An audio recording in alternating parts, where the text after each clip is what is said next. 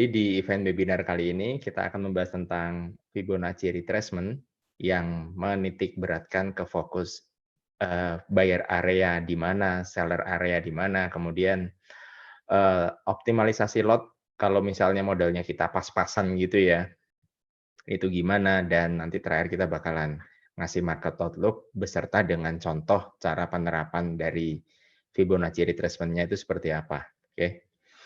Nanti kalau teman-teman di tengah-tengah materi ada pertanyaan, bisa langsung ditanyakan aja, nggak usah nunggu saya, gitu ya. Oke, langsung saya mau screen sharing dulu ya.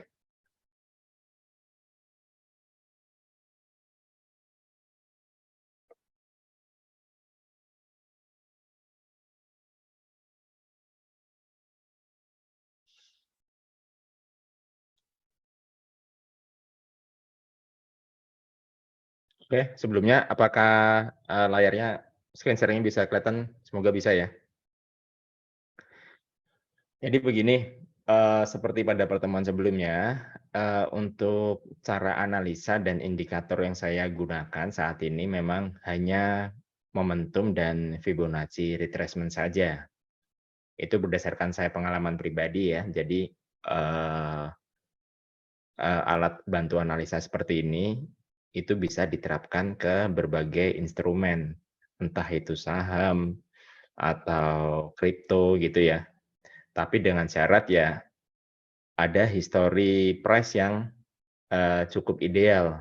Kalau di kacamata saya ideal itu ya, kalau dari sisi kripto misalnya gitu ya, minimal ya ada setahun ke belakang lah gitu. Jadi bukan barang yang baru rilis, baru keluar koinnya, kemudian kita being part of it gitu ya.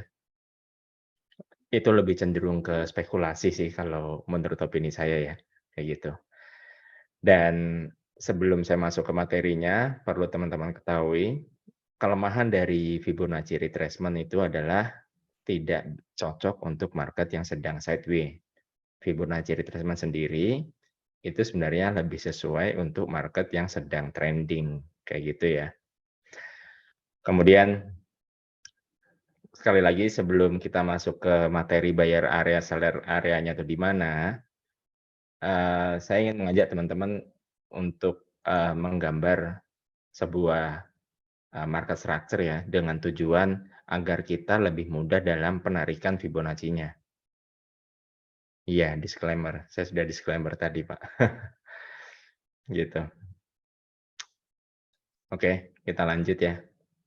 Jadi kalau dalam penarikan Fibonacci, itu idealnya, bahkan sampai sekarang pun ya, saya belajar pertama kali Fibonacci itu dengan menggambar market structure. Misalnya dari swing high ke swing low seperti ini, kemudian ke swing high lagi, ke swing low lagi, kemudian ke swing high lagi. Itu aja sih, gitu ya. Jadi kalau kita melihat kondisi seperti ini, maka kita bisa melihat, pengambilan skenario, entah teman-teman itu ingin mengambil sebuah skenario buy ataupun skenario sell gitu ya, itu ada baiknya bisa menggambar sebuah market structure seperti ini dulu. Misal, kalau kita ingin mengambil skenario sell dari kondisi euro berbanding USD saat ini ya, maka penarikan Fibonacci-nya itu bisa dari swing high ke swing low terakhir, seperti ini. Sampai situ ya. Selamat malam Bapak atau Ibu Foni, selamat bergabung. Nanti kalau ada pertanyaan silahkan ya. Ini jadi, kalau misalnya masih nggak ngerti nanti saya ulangi lagi, santai aja sih. Seperti itu ya.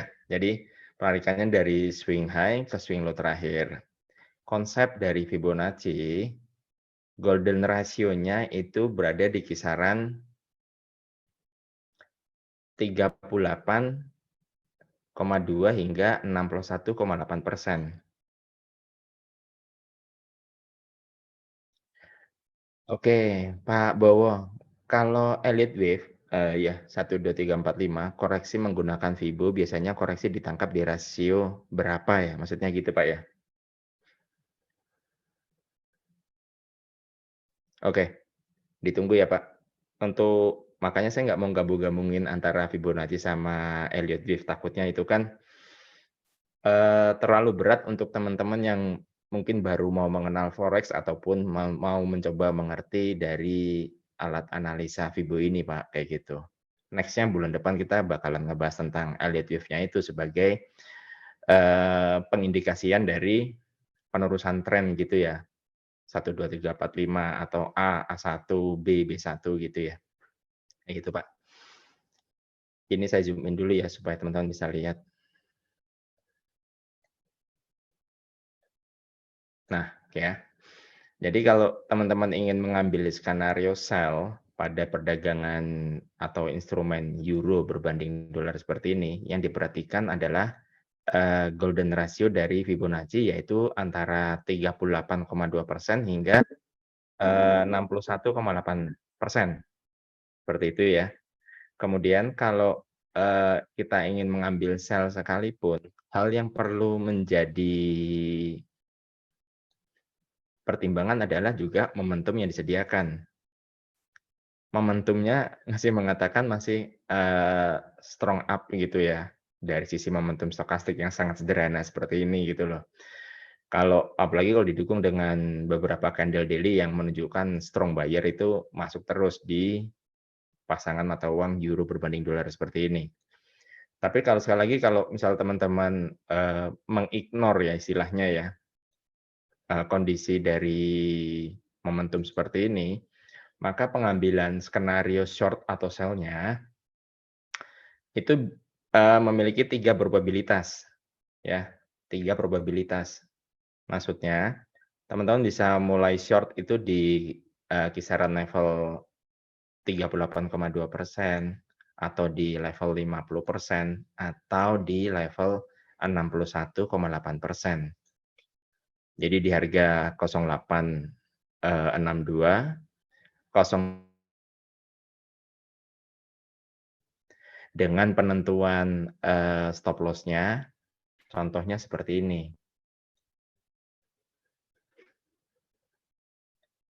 Kalau short-nya itu di level 38,2, ya stop loss-nya di level 50%.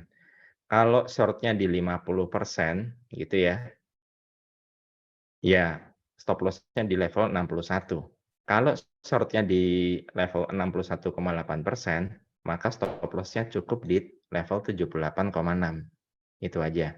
Jadi dengan Fibonacci, itu sangat memudahkan kita dalam pengambilan, short ataupun buy-nya, itu seperti apa. Kalau teman-teman nge-short di kisaran 38,2 hingga 61,8% ini, berarti ekspektasinya dari pergerakan harga di daily chart seperti ini, itu akan terjadinya sebuah penurunan kembali kan gitu, gitu ya. Oke, sampai situ. Jadi yang kita perlu jelaskan dulu, level stop loss-nya di mana nih? Karena ada baiknya, seluruh analisa, apapun alat analisa yang teman-teman gunakan, itu, bisa menjawab beberapa hal, seperti saya bisa entry-nya tuh di kondisi yang seperti apa, yang pertama itu entry-nya. Kedua, saya harus cut loss atau set up take profit di mana.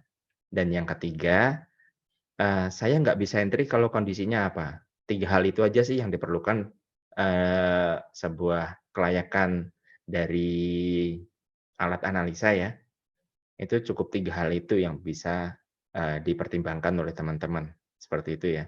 Dari opini saya pribadi sih. Jadi kalau teman-teman baru, mengenal trading, itu mungkin bisa difokuskan ke 3 hal itu dulu, dari sisi analisa teknikal. Sebenarnya mau nggak mau sih harus bisa mau menjawab ketiga pertanyaan itu, entry-nya di mana, atas dasar apa gitu ya. Jadi kalau kita menggunakan Fibo, kalau teman-teman, analisa di pair lain pun ya, banyak kejadian kalau terjadi sebuah penerusan tren, itu harga selalu berhenti di kisaran 38 hingga 61,8% ini, baru melanjutkan penerusan trennya. Kalau dalam hal ini konsepnya berarti teman-teman mengharapkan, berekspektasi terjadinya sebuah penurunan euro kembali, kayak gitu ya. Kemudian kita sekarang masuk ke buyer area atau seller areanya. Ini nggak sulit kok teman-teman. Jadi konsepnya gini, eee,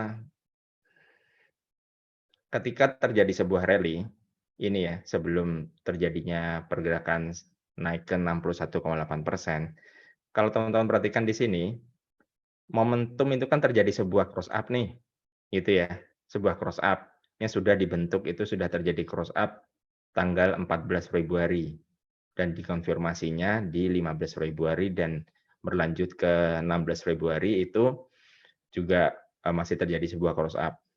Nah, yang jadi pertanyaan, buyer areanya tuh sebenarnya di mana sih kalau kita melihat mengacu ke Fibo yang seperti ini, gitu ya, dari yang swing high ke swing low terakhir. Level buyer itu lokasinya berada di level 38,2% hingga 23,6%, kisaran ini. Syaratnya apa agar kita bisa mengambil buy? Yaitu terjadinya sebuah close price di atas harga 23,6% tersebut. Kebetulan kalau di sini harganya di 1.0799 atau kita buletin ke atas 1.0800.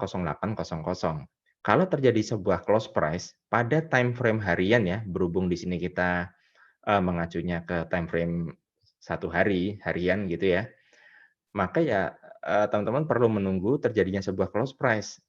Jadi, baru keesokan harinya lah kasarannya kita baru bisa entry.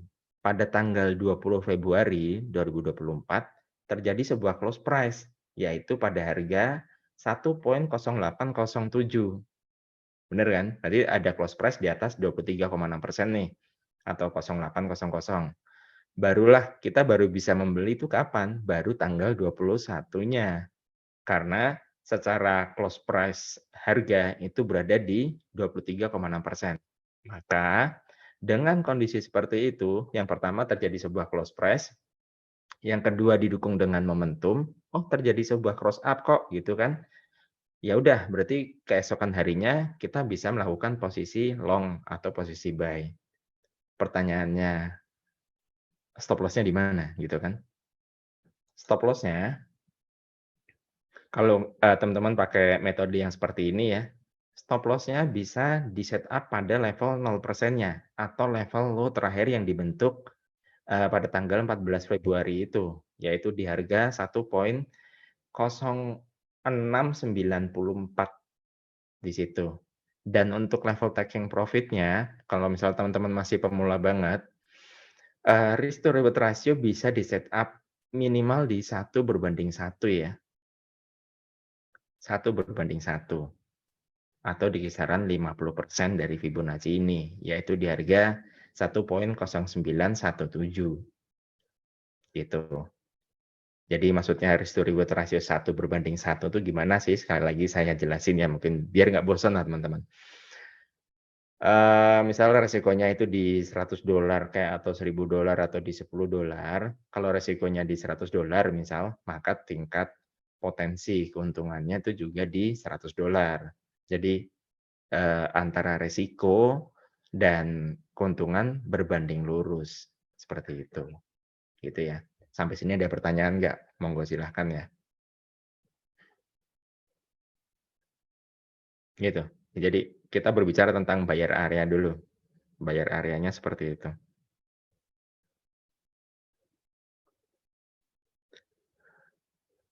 Eee, Bu Rindu, Bu Gisela, Pak atau Bu Foni, Pak Bowo silahkan ya Pak, sebelum kita lanjut.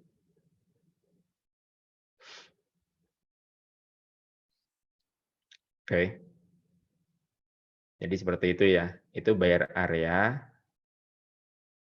teman-teman nanti nggak perlu screenshot sih, nanti kan juga bakalan di-upload di YouTube ya. Gitu ya. Jadi buyer area itu lokasinya di 23,6% hingga 38,2%. Sekarang kita akan masuk ke seller area kalau dari, Fibo.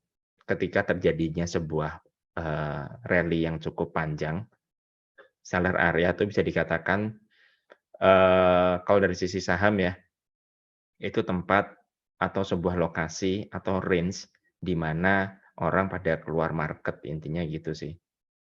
Profit taking area tepatnya.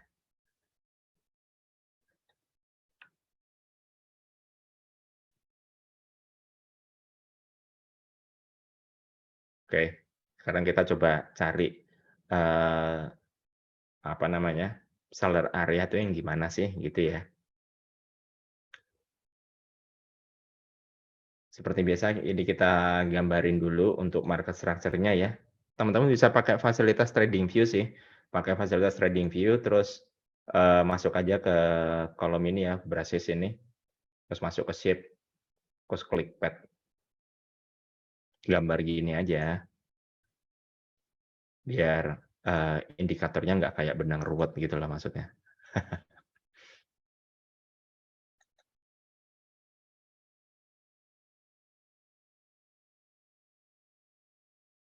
Oke. Nah, jadi ini kan ini ada kondisi rally nih dari sejak tanggal 31 Mei 2023, kemudian di 22 Juni itu ada rally, kemudian dia terjadi sebuah koreksi atau retrace, kemudian rally kembali ke 18 Juli, gitu ya. Nah, kalau kita ingin melihat sebuah level seller area di kondisi market yang ini ya, wave 1, wave 2, wave 3 gitu ya. Kalau kita melihat, seller area dengan Fibonacci retracement, itu caranya bisa seperti ini. Sorry, berdasarkan yang ini,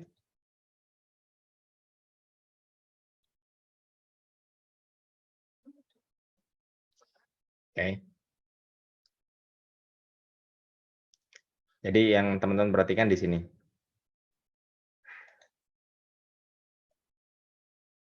ketika harga masuk ke area 61 sampai 78,6% ini ya, harganya kan bereaksi tuh, oke, bereaksi ya.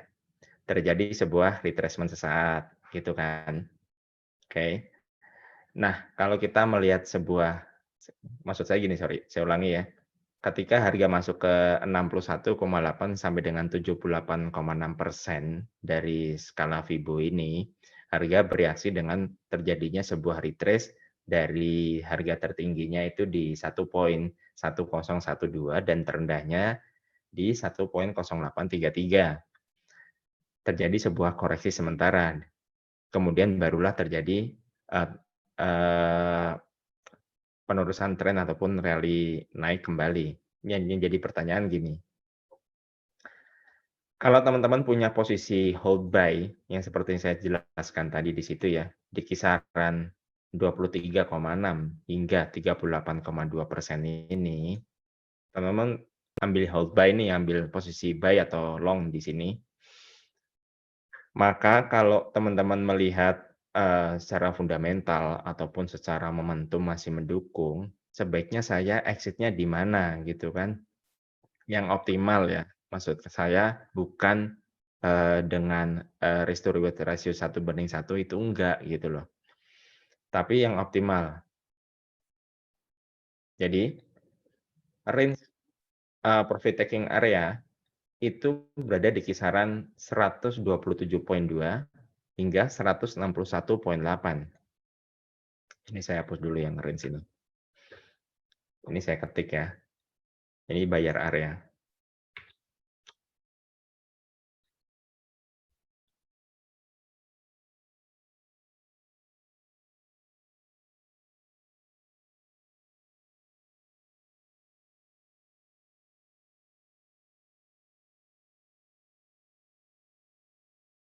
Ya,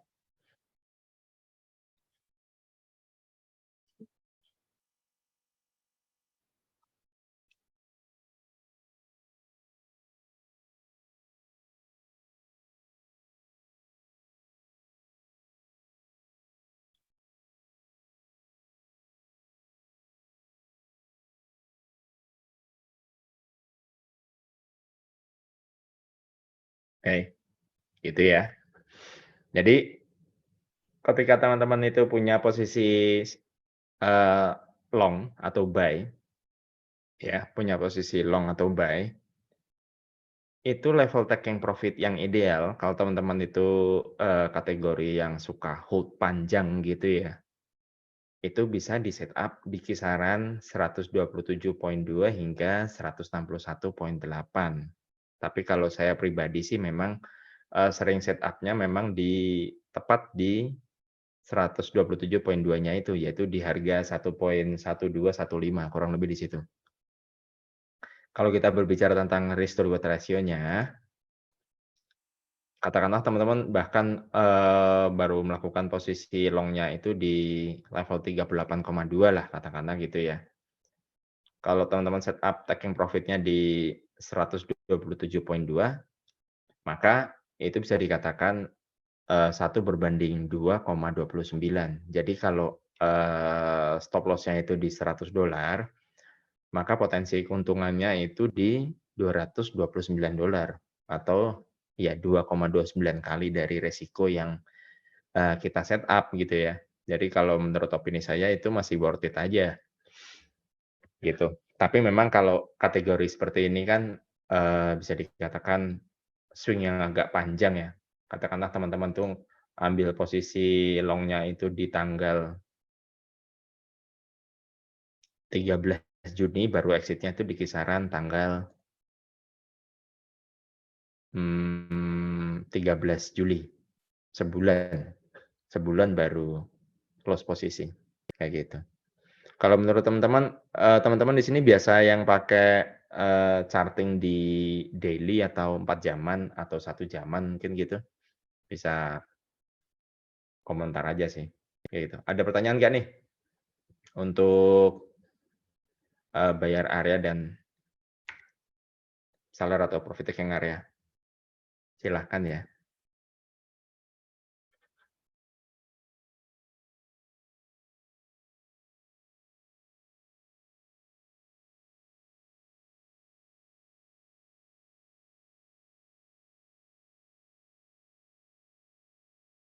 Nanti untuk materi selanjutnya kita bakalan ngebahas cara optimalisasi lot. Jadi misal kalau, teman-teman punya modal di jangan $100 lah ya, katakanlah teman-teman punya modal di $1.000, itu cara pengambilan jumlah lotnya berapa, berbanding dengan, risiko yang range resiko yang bakalan kita lihat gitu loh.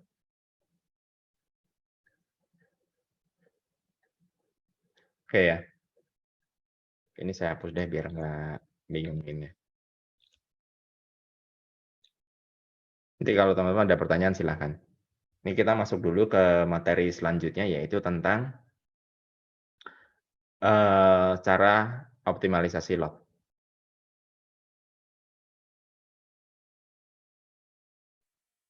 Ini misal kita pakai time frame yang 4 jaman aja ya. 3 menit lagi non farm payroll ya, ngomong-ngomong teman-teman ya. Jadi gini, kalau dengan Fibonacci, pengaturan, jumlah lot itu, juga bisa disesuaikan dengan jumlah lot size-nya, area resikonya ya maksudnya gitu ya. Misal, ini adalah time frame 4 jaman dan kalau kita menggambar market structure-nya bunyinya seperti ini. Bentar, kita ngambil dari yang sini deh.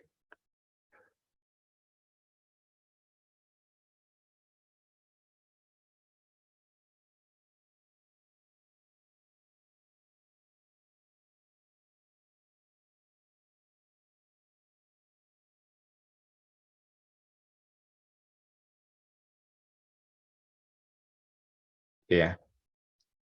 Jadi kalau kita melihat berdasarkan swing high ke swing low seperti ini, pada time frame 4 jaman ya, pada time frame 4 jaman, kita zoom in dulu. Buyer area, lokasinya itu di 38,2 hingga 23,6% di area ini. Dan terjadi sebuah close price itu pada 14 Februari ya, gitu ya contohnya ya. Maka kita bisa melakukan posisi long di situ dan level take profit-nya katakanlah berapapun gitulah ya. Oke. Nah, di sini kan teman-teman lihat, eee, range resikonya dari harga open ke level stop loss itu sejumlah 35,8 pip atau kita anggapnya di 36 pip gitulah ya, kita bulatin. Nah, kalau modalnya 1.000, ini saya ketik ya, semoga teman ngerti sih.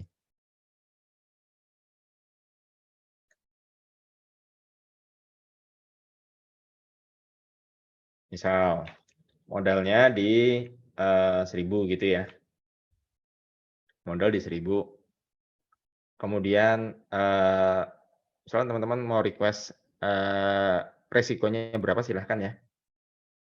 Katakanlah risk-nya kalau yang konservatif banget sih di 1%-an gitu ya. Risk-nya 1% gitu ya. 1% dari $1.000 itu berapa sih?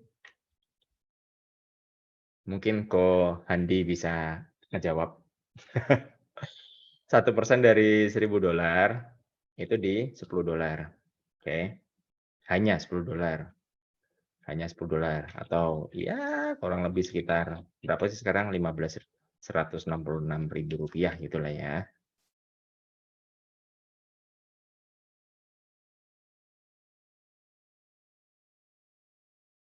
Kemudian range resikonya di 36 pip. Lotnya berapa gitu kan.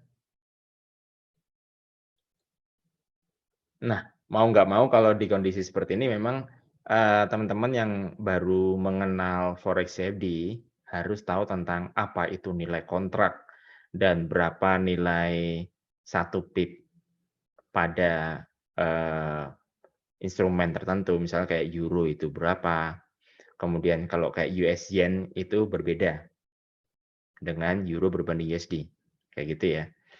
Aussie berbanding USD juga berbeda, gitu. Nah, kalau di sini lot size-nya gampang aja, kalau entry-nya itu satu lot gitu ya, kalau entry-nya satu lot, nilai satu pip itu setara dengan $10 ya, $10. Kalau entry-nya 0,1 lot, satu pip nilainya itu di $1. Ini saya bacanya per pips gitu ya. Entar kita geser kok.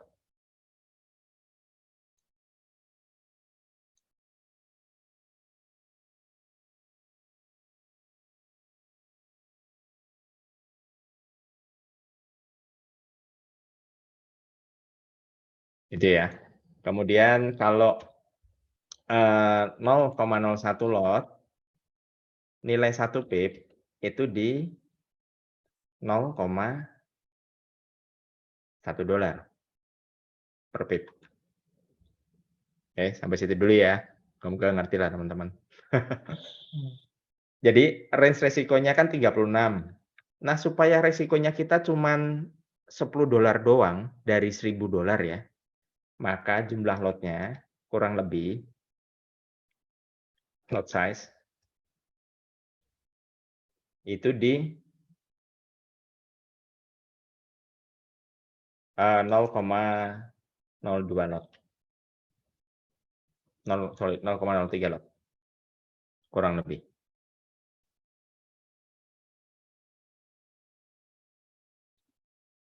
Gitu. Kalau jadi bacanya gampang sih, gini loh. Jadi kalau, itu kan 35 atau 36 pip gitulah ya, 36. Kalau terjadi sebuah, penurunan 10 pip, terjadi sebuah penurunan 10 pip, itu sama dengan kan teman-teman, eee, menderita kerugian floating ya, itu sejumlah $1. Itu kalau 0,01 lot.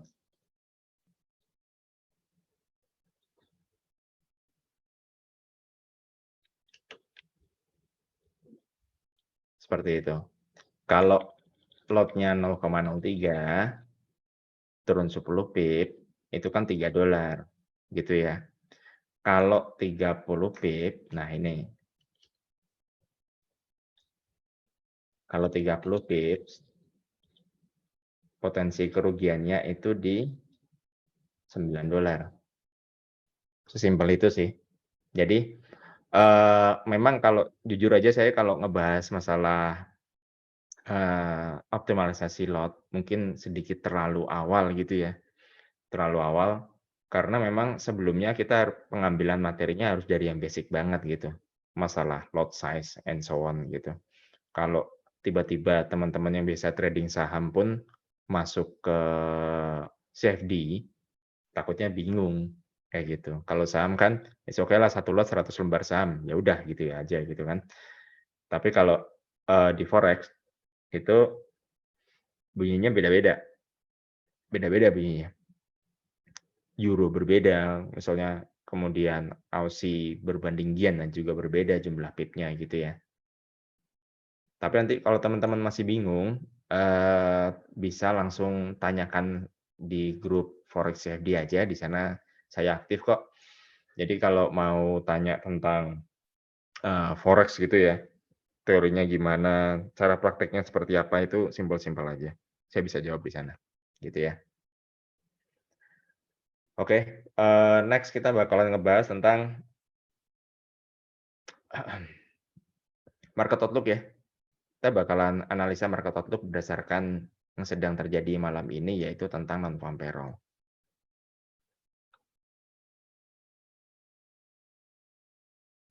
Oke, ini gampang nih. Kalau kita melihat euro ya, swing high ke swing low terakhir, bunyinya seperti ini. Nah, ini kita lihat pembuktian bareng-bareng deh.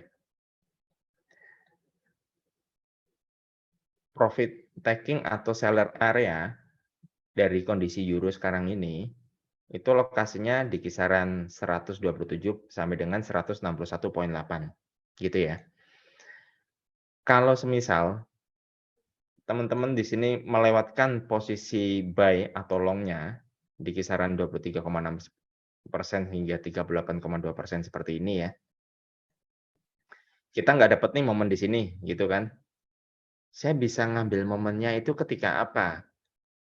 Yaitu ketika harga memasuki area 127,2 hingga 161,8, di mana, itu merupakan dari pengamatan saya pribadi ya, risk disclaimer dulu, sepenglihatan saya di instrumen apapun, area tersebut pada Fibonacci merupakan area profit taking area. Kalau dalam konsepnya ini adalah, sedang posisi skenario buy atau long ya, maka bentuknya seperti ini. Kalau kita setup sell limit, pending sell limit di 1.0966, maka level stop loss-nya itu di 0.979 atau bertepatan dengan 161,8, dan level taking profit setidaknya ya di 1:1, gitu. Kalau kondisi yang, skenario yang seperti ini ya, saya tidak mereferensikan untuk pengambilan take profit di 0%-nya tuh enggak sih. Jadi kalau kondisi apalagi kondisi fundamental yang seperti ini, kita harus, lower our expectation sih, gitu aja sih. Kayak gitu. Minimal di 1:1. Itu untuk, euro ya. Jadi kalau misal harga pertamanya drop, kemudian dia up gitu ya.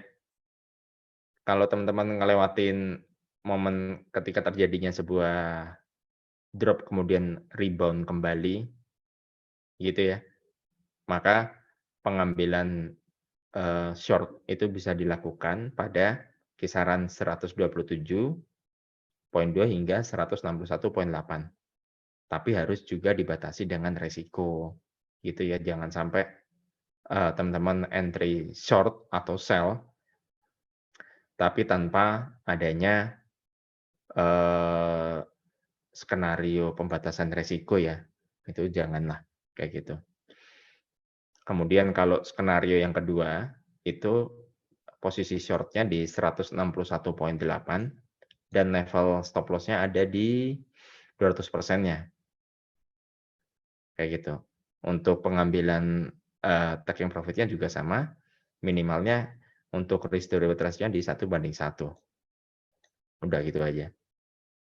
Itu kalau dari sisi, kondisi sebuah big news seperti ini ya, non-farm payroll itu selalu terjadi, sebulan sekali pada minggu pertama, di hari Jumat, kayak gitu, dan volumenya luar biasa.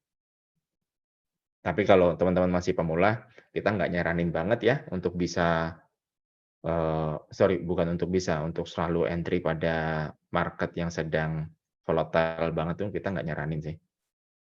Mendingan kalau mau trading euro ya di jam 2 siang atau jam 3 siang kayak gitu. Itu volumenya udah lumayan daripada, eee, trading di malam hari ya, masuk sesi market US itu nggak terlalu ini. 88,6. Iya, saya juga mengamatin itu, Pak, untuk Fibonacci ya, ada level 88% ya.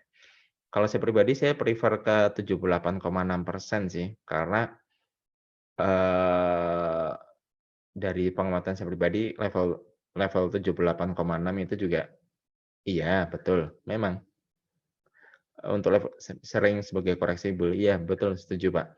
Jadi, kalau dari pengamatan saya, entah itu 78,6 ataupun 88,6%, itu merupakan, sebagai konfirmasi kalau misalnya kondisi kayak gini ya, Pak, ya, misal di kondisi seperti ini, ini kita kasih contoh deh.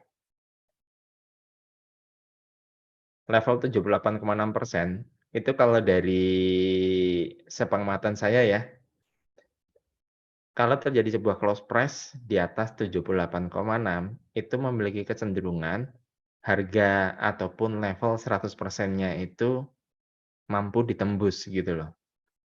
Sebenarnya hanya sebagai konfirmasi, kalau katakanlah ya, kita punya posisi buy nih, long gitu ya, di kisaran bawah harga ini. Kita punya posisi sorry, long di kisaran harga ini misalnya. Nah, ketika harga rally, saya menggunakan level 78,6% ini, itu sebagai konfirmasi terjadinya penerusan tren minimalnya sampai ke level 127,2.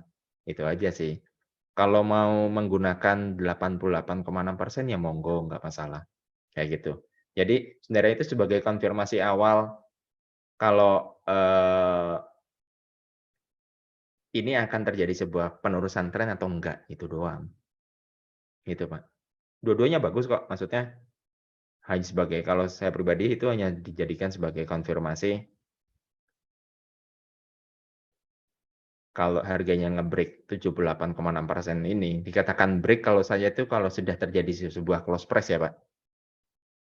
Kalau terjadi sebuah close price, barulah saya nganggap itu break. Tapi kalau masih harga di time frame 1 jaman itu kalau di forex ya, masih running kayak gini, saya belum mengatakan ini break. Ya saya harus nunggu jam 9 malam, eee, ini baru break atau enggak.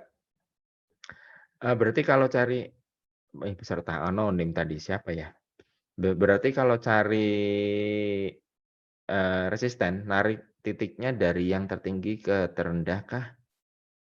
Dan untuk cari supportnya dari titik terendah ke tertinggi? Iya, maksudnya gini, kalau cari resisten, misalnya kondisi ini ya, resisten kalau dari level Fibo itu kan di 61 sampai 38,2% ini.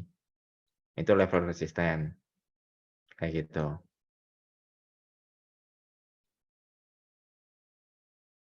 Jadi bukan sebuah resisten sih kalau dari Fibo itu nilainya sebagai level level entry ya. Jadi kalau kita ngomongin resisten ya resistennya itu di 100%-nya ini, bukan di kisaran 38 sampai 61,8%, kayak gitu.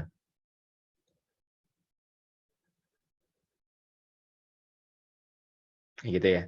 Jadi kalau untuk euro, teman-teman lihat dulu deh, eee, ini ya, tadi harga 127,2 ditembus, sampai level 161,8 masih ditembus gitu kan. Jadi skenario short atau teman-teman mau mengambil di area, seller atau profit taking area, itu juga ada 2 probabilitas. Anda mau ngambil di 127,2-nya atau di 161,8 gitu loh, kayak gitu ya. Sama sifatnya seperti Fibo yang standar gitu loh. Jadi kalau short-nya di 127,2, stop loss-nya di 161. Kalau short-nya di 161,8, ya stop loss-nya di 200%, udah gitu aja, kayak gitu, simpel. Tapi, kalau kondisi kayak gini-gini Narya, kalau teman-teman secara psikologinya belum siap, lebih baik jangan ya. Karena bisa dikatakan ini kan kayak, fighting the trend gitu loh. Kita nggak nyaranin sih, lebih cocoknya untuk, tipe-tipe trader atau investor yang, eee, sedikit, apa ya, bisa dikatakan untuk secara level psikologisnya rada mateng. Jadi nggak gampang terbawa emosi kalau kena stop loss, kayak gitu ya. Oke, itu untuk euro. Sekarang kita coba, saya lagi seneng ngamatin pergerakan harga emas sih sekarang ini, jujur ya. Jadi harga emas tuh sebenarnya lagi bagus-bagusnya.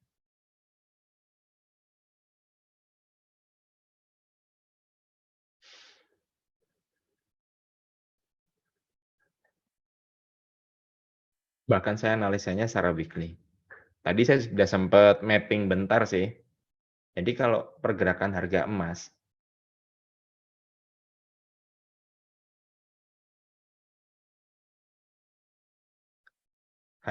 tuh sejak berapa ya? Bentar-bentar. Sejak awal Februari ya, 12 Februari sampai sekarang itu, minggu kedua ya, Februari, itu kurang lebih sudah naik sekitar 10% gitu ya. Dan sampai sekarang ini masih rally secara mingguan ya. Nah, kembali ke pertanyaan. Tadi kan kita udah belajar nih, eee, profit taking area itu lokasinya di mana gitu kan. Profit taking area untuk gold atau emas sekarang ini, menurut opini saya, itu berada di level $2.190 per troy ounce sampai dengan $2.246 per troy ounce. Itu level taking profit-nya di situ. Nah, apakah yang akan terjadi setelah, harga itu, menyentuh level 127,2, sepengamatan saya, pada umumnya harga akan dulu level resisten become support yang di 2.146, dites dulu. Barulah kalau memang secara fundamental dan momentumnya itu masih mendukung ya secara teknikal, barulah terjadi sebuah kenaikan kembali, kayak gitu. Pertanyaannya, beli emasnya sekarang apa nanti ya? Kalau dari opini saya, ketika harga rally gini sih, saya lebih prefer menunggu dulu, barulah nanti kita menarik Fibo dari sisi seperti ini. Ini weekly, kalau daily-nya bikinnya seperti ini.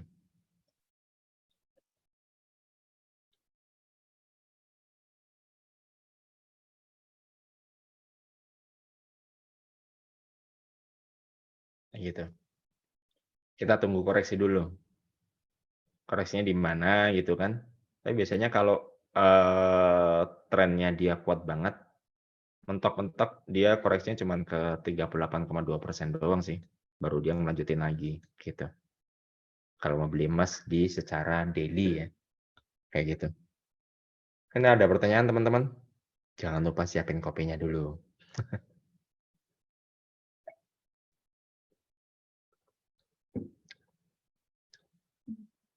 Santai ya. Jadi gitu.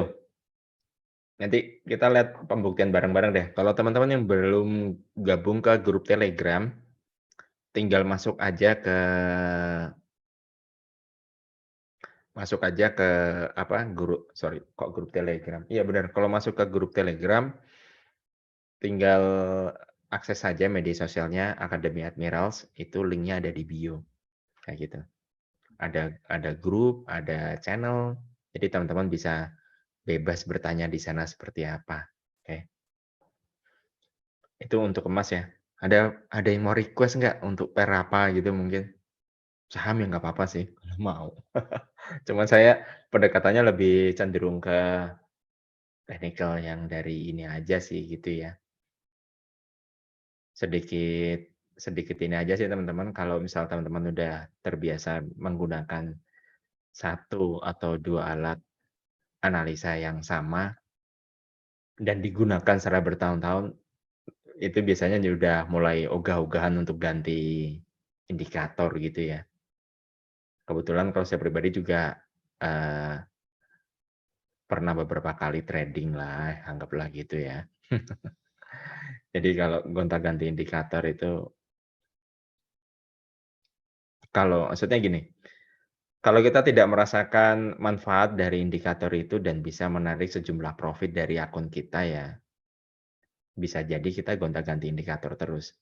Ada temen bilang, apa, "Pakai ini, itu bagus, akurasinya bagus," ikutan. Padahal ya semua indikator sifatnya sama aja, probabilitas, itu aja sih. Nah, sekarang kita mau coba analisa untuk Bitcoin ya. Kita coba analisa Bitcoin deh. Bitcoin itu bisa dianalisa nggak sih gitu kan?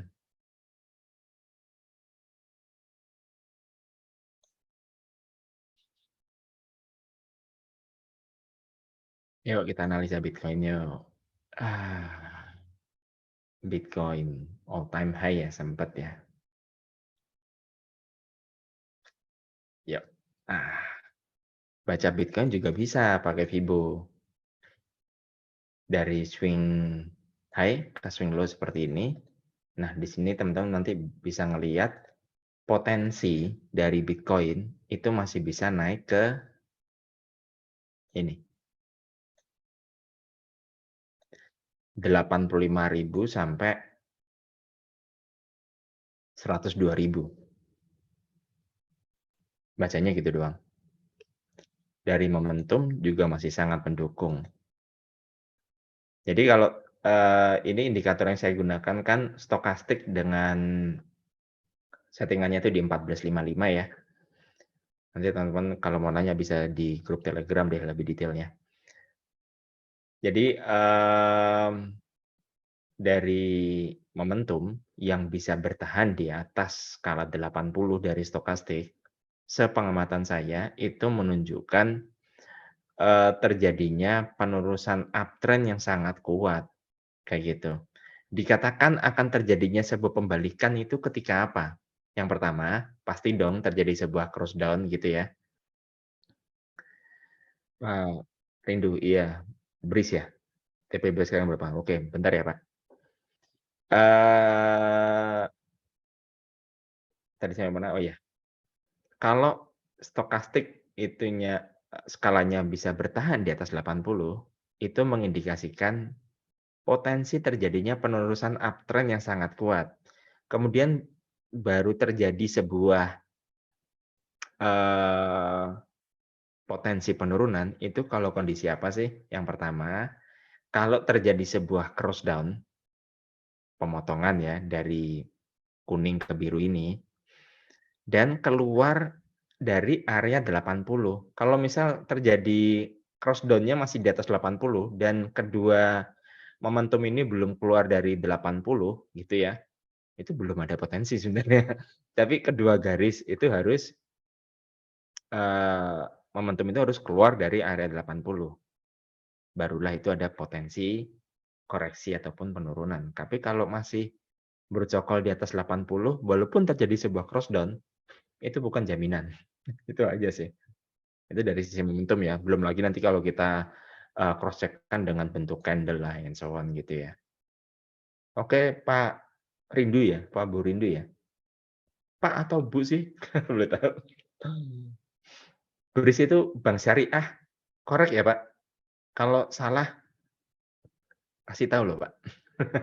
Soalnya saya kan fokusnya di forex gitu ya, bukan di stok.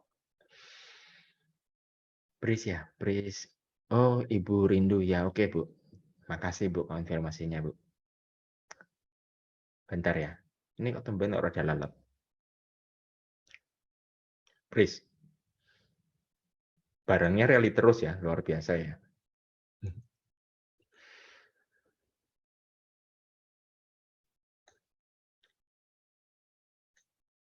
Oke, saya narik trendline seperti itu dulu ya, soalnya ini stok, jadi kan lebih sangat konservatif gitu ya.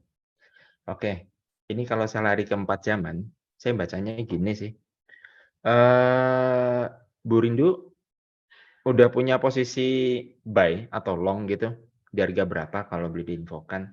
Kalau boleh ya. Maksudnya tadi kan nanya taking profit. Oh, buy-nya untuk sekarang ya, sorry sorry. Belum ada berarti ya, belum ada posisi long ya. Gini Bu, kalau dari pendekatan Fibo nih, simpel. Oke,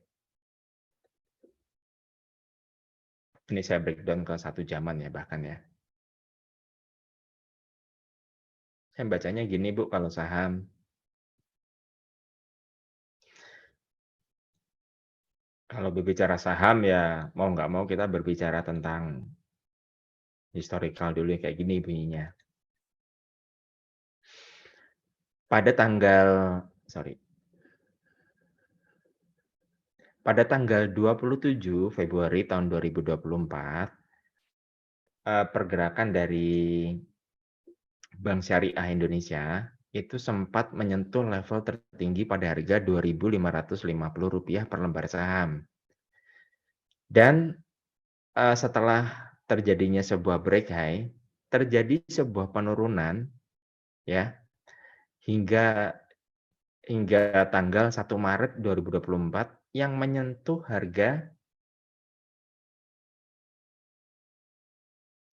Rp2.370 per lembar saham, yang secara dalam persentase terjadi sebuah penurunan 7% dalam kurun waktu 3 hari atau 4 hari terakhir, gitu ya. Posisi long atau buy itu dilakukan ini 1 jaman, Bu, ya. Time frame 1 jaman, bukan 1 hari loh ya. Sama seperti forex, yaitu jika terjadi sebuah penutupan harga di kisaran Rp2.410 sampai dengan Rp2.440 per lembar saham pada time frame 1 jaman, gitu ya.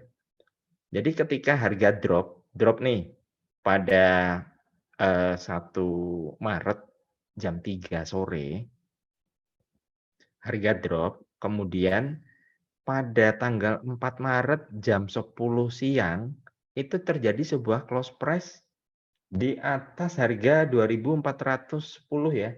Di sini close price-nya itu di 2.420 dan didukung dengan momentum, juga mendukung terjadinya sebuah pengambilan posisi long atau buy.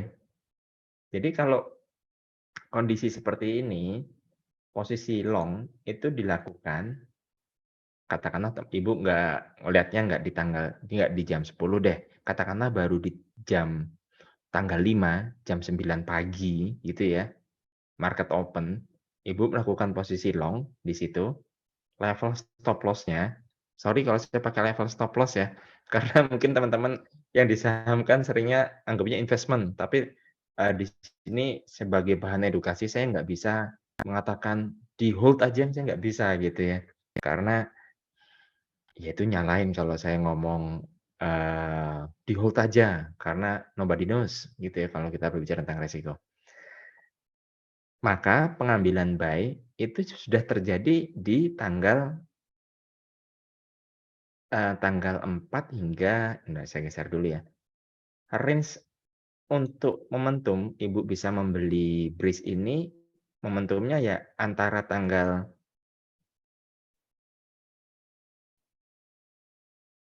sorry ini dihapus dulu ya. Antara tanggal 4 Maret sampai dengan 6 Maret. Ada jatah waktu 2 hari untuk ambil long atau enggak, kayak gitu. Kalau saham masih enak sih, maksudnya, ya pergerakannya santai gitu ya, maksudnya nggak beli sekarang, coba deh lihat besok kondisinya gimana, gitu kan. Masih kalau kita masih mengumpulkan data-data secara fundamental, iya lihat besok lagi. Arti kata, pengambilan posisi long itu bisa di lain hari itu bisa, kalau saham seperti itu. Pergerakannya kan tidak seliar kayak forex CFD ya, kayak gitu, Bu. Dan untuk pengambilan taking profit-nya juga sama.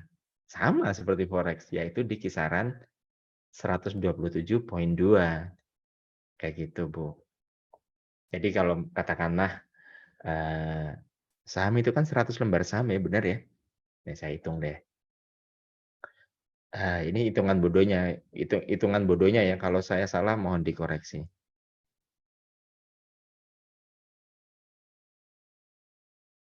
Katakanlah belinya itu kan di harga 2.000 berapa tuh? Sorry, 2.420,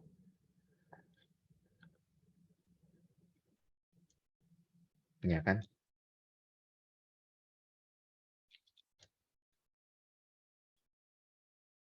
Kalau beli 1 lot berarti kan di berapa? 242.000 ya?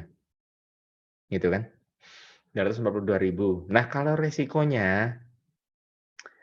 resiko penurunan kalau saham, bentar ya, saya agak bingung kalau saham. Kalau terjadi oh iya, jadi ngomongnya gini, Bu, kalau terjadi penurunan Rp50, ya di-cut loss, dilepas, kasarannya gitu,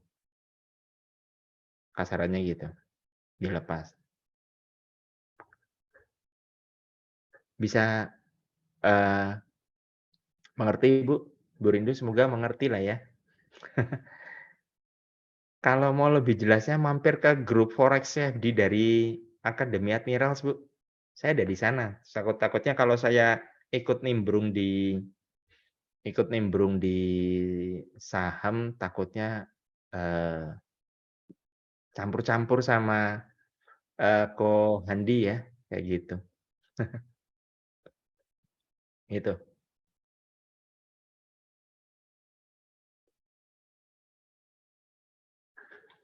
Oke, sebelumnya terima kasih ya buat teman-teman, buat Bu Rindu, Bu Gisela, Bu atau Pak Foni, Pak Bowo, dan Pak Kris. Terima kasih sebelumnya nih sudah mampir ke event ini meskipun malam Minggu ya. Nanti ya teman-teman kalau ingin, melihat, video ini nanti bakalan di-upload sama teman-teman dari Akademi Admirals ke depannya. Toh kalau teman-teman ingin, masih ada pertanyaan, nimbrung aja di grup Forex CFD dari Akademi Admirals. Bisa tanyakan ke tim yang dari akademi ya, cara gabungnya gimana gitu. Kalau salah sih ada linknya, kayak gitu ya. Terima kasih atas waktunya teman-teman. Assalamualaikum warahmatullahi wabarakatuh. Selamat malam Indonesia. Salam sejahtera untuk kita semua. Maju terus, trader dan investor Indonesia.